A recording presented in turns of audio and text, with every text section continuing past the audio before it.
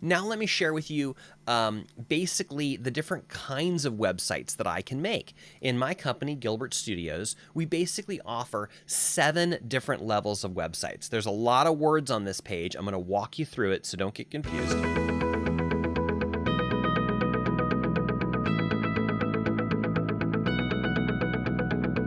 So this one right here is establishing some key phrases, some terminology.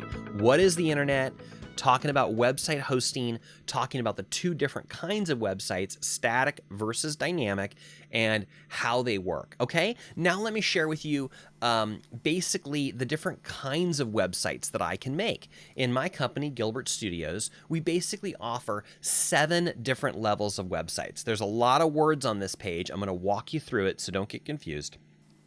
7 levels of websites because they build on each other. And as I'm sitting down with a client and talking to them about what kind of website they need, they're not going to need all 7 of these. They're only going to need one solution. What's the one solution that's going to work best for them? Or the one solution that's going to work best today, and you can work into the other ones. So let me just really quickly review these with you. Let's start at the bottom. I'm starting at the very bottom of the list. So can you see down there it says the Fire Ant? You can just imagine that as a one-page website. It's a static website, one page. Now, this has become very popular. Landing page websites are very popular. They could be a one-page site. It could be a long one-page site, though. This is very common in a sales page or a landing page, or you don't need multiple pages in your website for some reason, this might be the right solution for you. So at Gilbert Studios, we call that the Fire Ant. It's a one-page website. And then moving up the ladder, the next step up, the Piranha, you could kind of think of that as a 3 to 5 page website. By the way, all the websites that we build, this is a big point, so I'm going to pull it back here for a second. All the websites that we build at Gilbert Studios belong to and are owned by our customer. Now, this is a big distinction that I need to make because there's some companies out there that you can only use that website as long as you're paying them their monthly fee. And that's something that you may not know about going into, and so it's something that I'm here to tell you about. We don't do it like that. If you hire me to build a website for you, you own that website. Now, I would like to reserve the right to consider myself the author. It's like you're commissioning me to paint you a masterpiece. So I'm the artist, if you will. I'm going to paint the masterpiece for you and sign my name at the bottom. Whoop. But that belongs to you. You own it, so you can hang it in whatever room of your house. You can move it from house to house. Think of that as like your hosting metaphor. The point is it belongs to you. You can hang it wherever you want. It's yours. But if you want to continue to work with me monthly, of course I want to help you maintain it and update it and all that kind of stuff, but you're not locked into it. Do you see the difference? You can hire me on a monthly basis to help you with stuff. Great, I'd love to, but you're not required to. Does that make sense? There's some companies you're required to keep paying them monthly or the website isn't yours. So that's a big deal. I needed to step aside for just a moment to clarify that. So all of the websites that we're building over here, they belong to you. So even if it's that, we're at the second from the bottom tier right now on the ladder, the Piranha. All of our websites also include search engine optimization. I talked a little bit about that last week. And they are all mobile responsive, meaning they work on desktop, laptop, mobile, tablets, all the devices. So that Piranha level right there, consider that a 3 to 5 page website. And then we move up the list and we reach the Chameleon. This is also a 3 to 5 to 7 to 10 page website, but there's a lot more emphasis here on the graphics and the photos and the I'm thinking graphics and slideshows and lots of pretty things. And again, everything that we build for you at my company anyway belongs to you. That includes the photos, that includes the graphics. So everything that we're building as part of that belongs to you, and you can use it for anything else that you choose. So for example, let's say we create 3 to 5 slides, and that you come to the home page and you get that first opening area with the slideshow. It's got a picture and maybe some text that pops up, and maybe there's 3 of them and they rotate. That is yours, and you can take that same slide, put it on your social media, do it as a blog post, do it as the cover photo for your Facebook page. Whatever material we're creating for you belongs to you, and you can use it everywhere else. whatever photos we get, whether you have a photo and you give it to me to use it on the website, or I find a great photo in my stock library or something and you love it, you can have it and use it also in the rest of your material. We want everything to be congruent. We want all your branding to go together. So all of these things are included in the websites I build.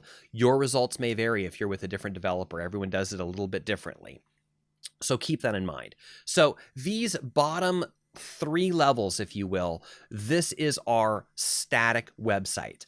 Then you'll see right in the middle, the baboon, that's got a thick line around it. And the reason is because that's where we cross the bridge. We cross the threshold from the static websites into the dynamic websites. So the baboon and up, those top 4 levels, those are all dynamic websites. So it all starts right here at the baboon. And let me just let me point, because I like to point. I like to talk with my hands. It helps me talk. Okay, so this level right here, the baboon, once we build that with the content management system, that creates the framework. That creates the system that you're really not I want to say so many things to you right now that they're all bunching together and bottlenecking at my mouth. So let me just step back for a second and say that once we build you a website with a content management system, you are set up. You are prepared to do an unlimited number of things. There's no limit to the number of pages you can create or material you can create. It's essentially unlimited. Do you see the difference? In a static website, you tell me, I want 5 pages. I code you 5 pages. You get 5 pages. In the dynamic website, you say, I want the dynamic website. I want the system. So I build you the website with the system, and you can make as many pages as you want, as long as you want, forever. Okay? So that's the big distinction. And we can have that conversation about which one of these is going to work better for you. But this is the big point. That system, that framework gives you a foundation that you can use to do a whole bunch more stuff. And that's what these top 3 levels represent. So check this out. The baboon, that's your admin control panel. That's the 2-in-1 website. Everyone else sees the front, but you and I can log into the back and change things and add blogs. That would include a blog, that kind of a thing, right? Then from there, that creates this foundation, and we can continue to add more stuff into it. Now, you may not ever need any of the rest of these things, but let me tell you what they are anyway, because it might give you an idea, or you might come across a friend who needs something like this, and then you'll know a little bit about what to tell them. So after we've got that baboon built with the content management system, we can add more software that does more stuff. So the next one up the ladder is what we call the Rhino. So this is like a shopping cart website. This is for people that are selling products, usually, maybe services, but it's usually products. And it's got the software that's built in. It calculates all the stuff. We create all these rules so it can calculate shipping and taxes and all that kind of stuff. We hook it up with the payment processor. You already have one, or we can find you one, or we can use PayPal. There's a bunch of solutions there too. So the Rhino is a shopping cart style website, buying and selling products, okay, online.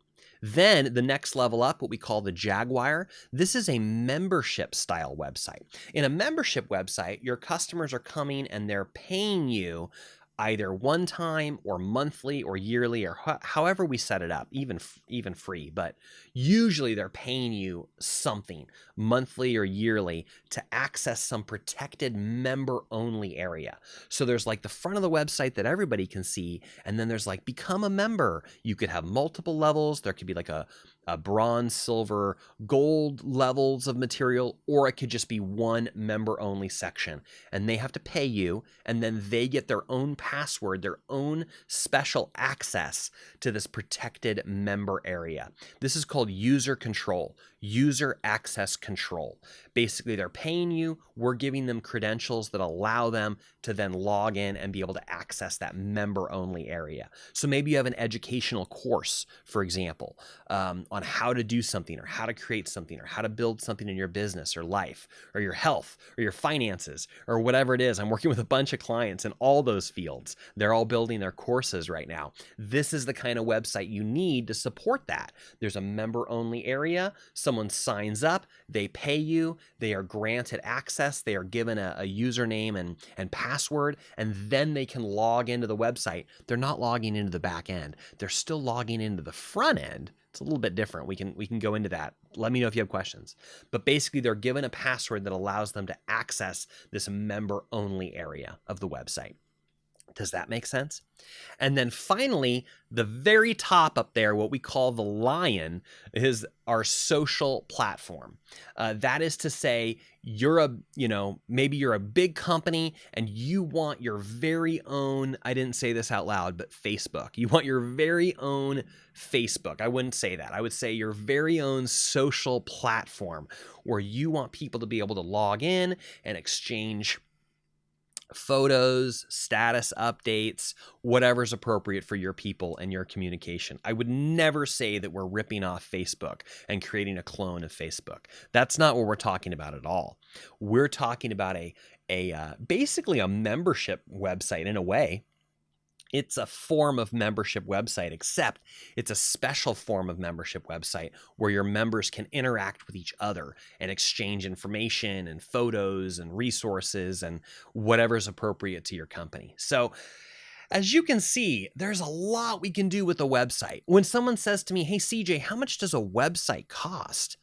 I kind of go blank for a second because that range is dramatic. It could be, I can't answer that question until I know what kind of a website you want and what you want it to do.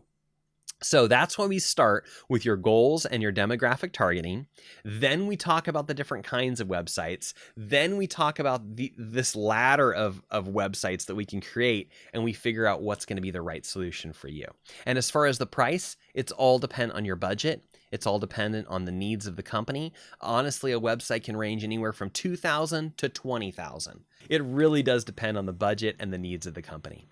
Does all that make sense? Intranet. Yes. Beautiful, Garrison. Thank you. That was a perfect comment.